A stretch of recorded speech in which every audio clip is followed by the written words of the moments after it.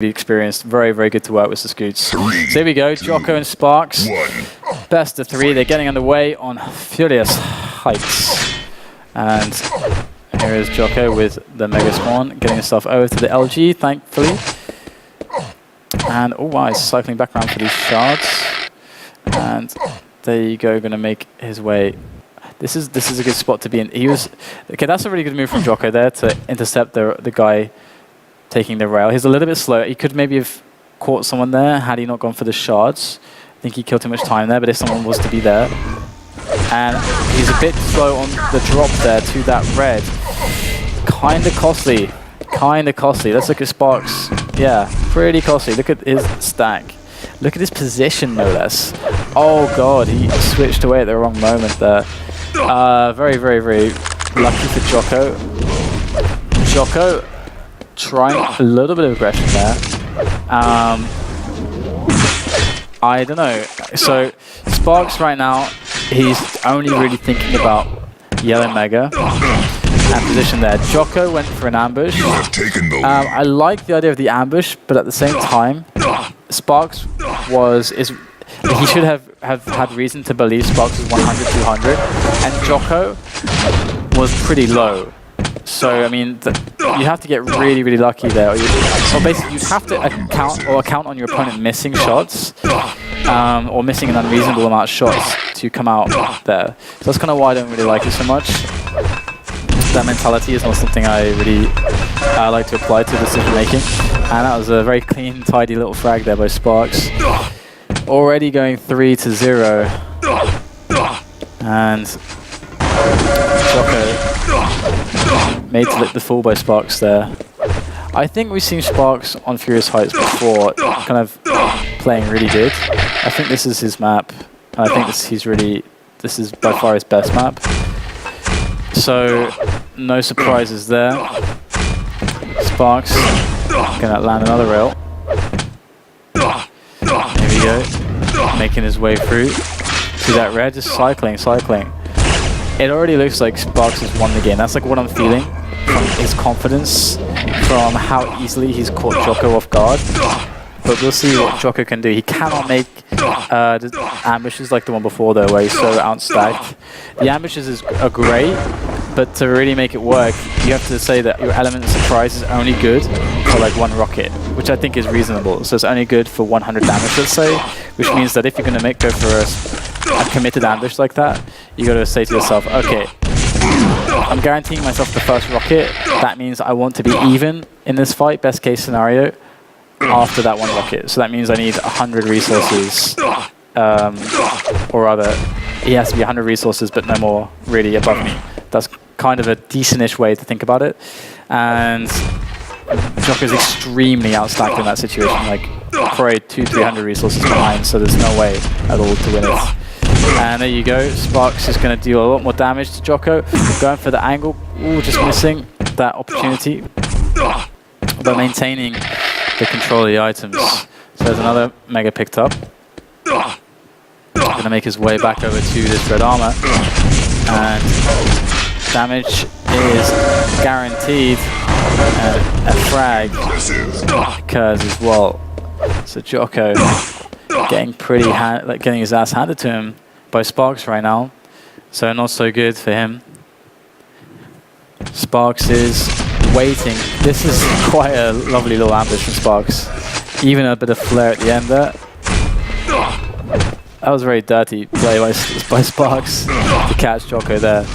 So Sparks can bully his way over here, and yeah, this is the potential levitation spot, but he doesn't manage to connect it. But he does get through the teleporter just in time, and jokO, ooh, Sparks missing an easy rail there. So Sparks 6-0, approaching halfway mark. jokO has yet to show us a play that was worth its salt. That's what we're waiting for.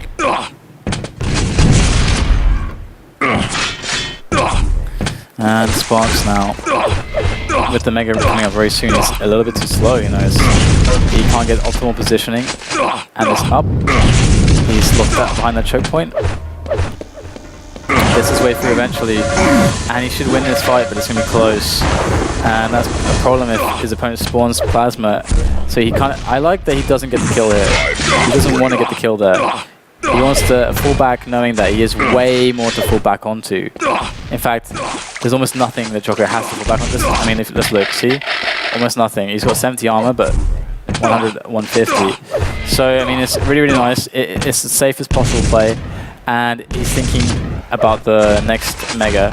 Thing is, the only mistake he made was not to delay the red, because now he's in a situation where it's like, oh crap, both spawned at once. Now I give my opponent an opportunity to maybe steal one. And there you go, there's the steal. And he wants both. He should have been able to take both, in theory. So Sparks, 4 minutes left, is in a great shape still. It's stack-wise though, he's got to be a little bit more reserved, a bit more conservative on his fights. jokO Screaming, however, does take Sparks down to 41 points of health. So 7-0, and another frag won by Sparks. And the way to think about frags as well is like, I think I've probably talked about this in some iteration today a few times already, but frags either mean something or they don't. And for example, a frag in that situation was basically jokO committing, thinking, okay, I'm gonna probably win this fight, so there's no real follow-up plan, because the plan is to win that fight that you set up for yourself, which is fine. And there's some frags which have an implication past the point of dying, to where there is a follow-up afterwards because of what you've done to the opponent or to the map upon dying. So there's a lot of different ways to think about deaths and frags in this game. It's always worth thinking about when you're trying to make decisions. But 9-0 Sparks now, and Sparks will take another mega. A yellow is there from as well. And 15 seconds to this red. He has plenty of time to set himself up there. I don't know if he should go for the yellow. I think he should just go straight down onto the red. I don't think that there's much jokO can do to stop him in a straight up fight at the moment. But he's going to play really cautiously and just like, I guess, take away the yellow at the mega and leave up the other yellow. But actually, his opponent's jokO sped over to the mega, and now he's in a whole spell of trouble. He does know though that both yellows should be up, so he should have an easy yellow, but he's going to be sitting on this pillar, spamming those grenades.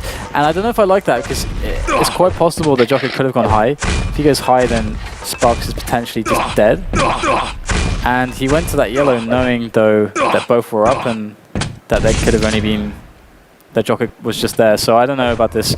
Sparks with a series of mistakes, it opens up the game a little bit to jokO, but there's only 2 minutes left, so it's all down to jokO to actually make something of it. That's really the issue here. And Sparks there, some good damage. And the grenades just seem to be, it's not even Sparks versus jokO, it's grenades versus jokO at the moment. And jokO seems to be losing that battle. And a good rail there from Sparks, another one. And he does good damage upon his death. Kind of equal. This is a situation where he has a follow-up. Like he could dive on red right now, get LG, dive on red. That's like what Evil would do. And jokO should be sitting on the red, but he's not. In fact, he gets a crazy rocket opening and does get the kill. So quite interesting situation there, I must admit.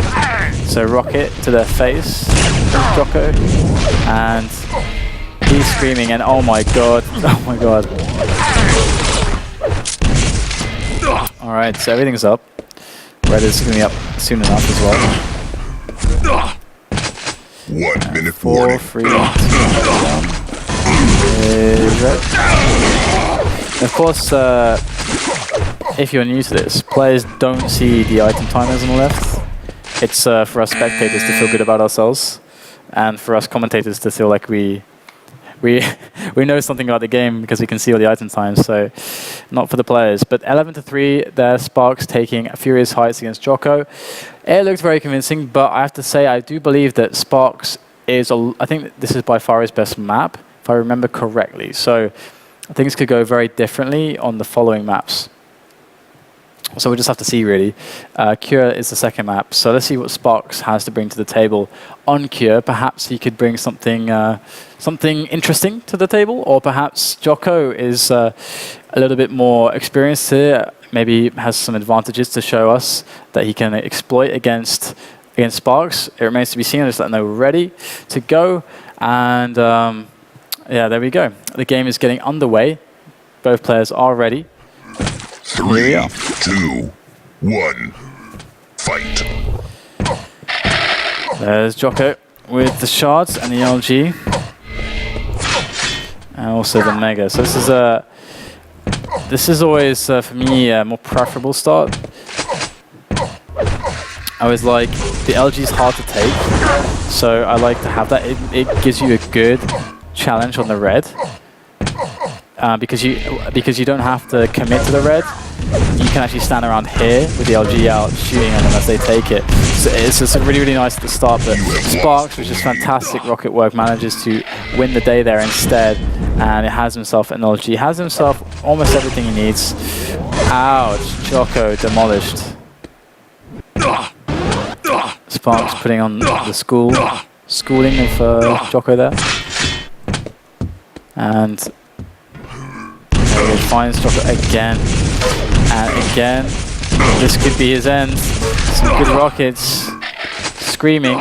Surely goes for the 50. No. Must have gone high and still, I suppose. So jokO, let's have a look. He will go for the 50, but just very late. So, oh, he did go. He went high and then went for the 50. Interesting. So now he takes the Mega as well, and there is some rail action going on. But this really favors Sparks because he's got position. He's got the items. And that was a cheeky round and a half, but it doesn't matter. Sparks just took that red. Yellow's going to come up for him as well. If jokO is foolish enough to take these shards straight away, that could be a problem. Okay, Sparks wasn't close enough to punish, but still he gets the frag. So I'm not really sure what jokO is doing there. I mean, that was pretty much the only place Sparks could have been. And jokO's gonna forfeit, and Sparks is gonna win. Not sure what he was annoyed about, but yeah, there you go. Sparks wins. So yeah. We'll go to a quick break, guys. When we come back, we'll have more action going on. We'll get the IPs all ready for me to join, and we'll get straight into the game as soon as we can. So see you after the break.